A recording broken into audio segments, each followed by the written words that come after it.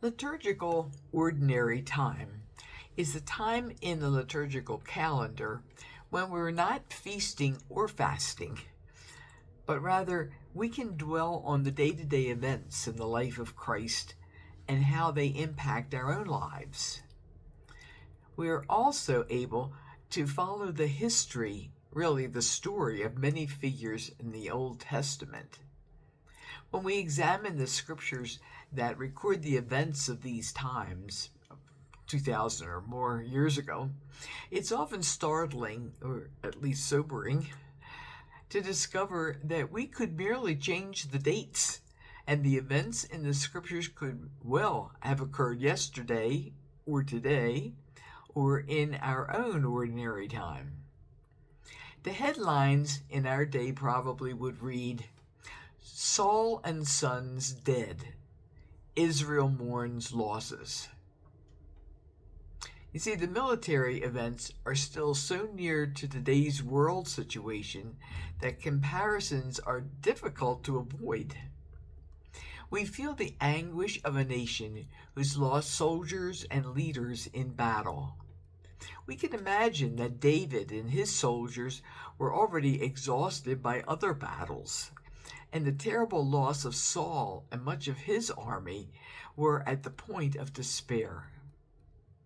How can the warriors have fallen in the thick of battle, slain upon your heights?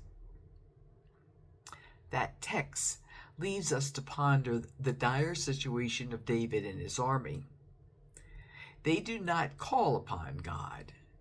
They are lost in their grief, in their mourning.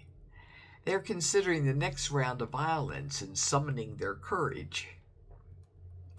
The hope of the people is revealed only in the responsorial psalm for today. Let us see your face, Lord, and we will be saved. It seems to be a perfect response for David and a perfect response for us to the turbulent events of the world yesterday and today. Let us be in your presence, Lord. Let us see your face. The gospel reading for today is one of the shortest of the year. Jesus and his disciples came into the house. It was no doubt a very small house that most people lived in those days. Jesus and his disciples could barely fit in the house. To add to the difficulty, Jesus' presence attracted large crowds. It's easy to imagine the close, uncomfortable situation that developed. There would be no rest, no time or even space in which to eat.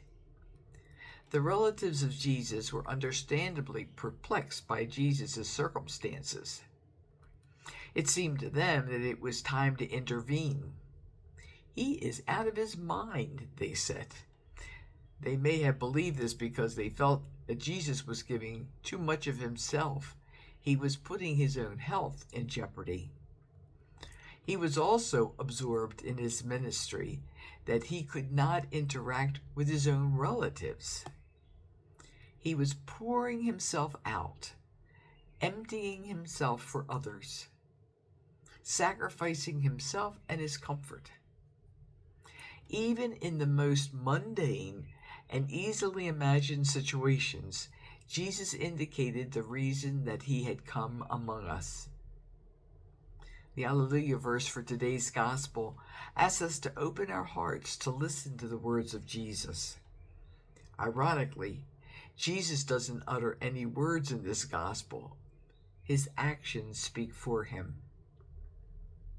Give of yourself, even if it is uncomfortable. Even if people say that you are out of your mind for doing so much for others. Amen.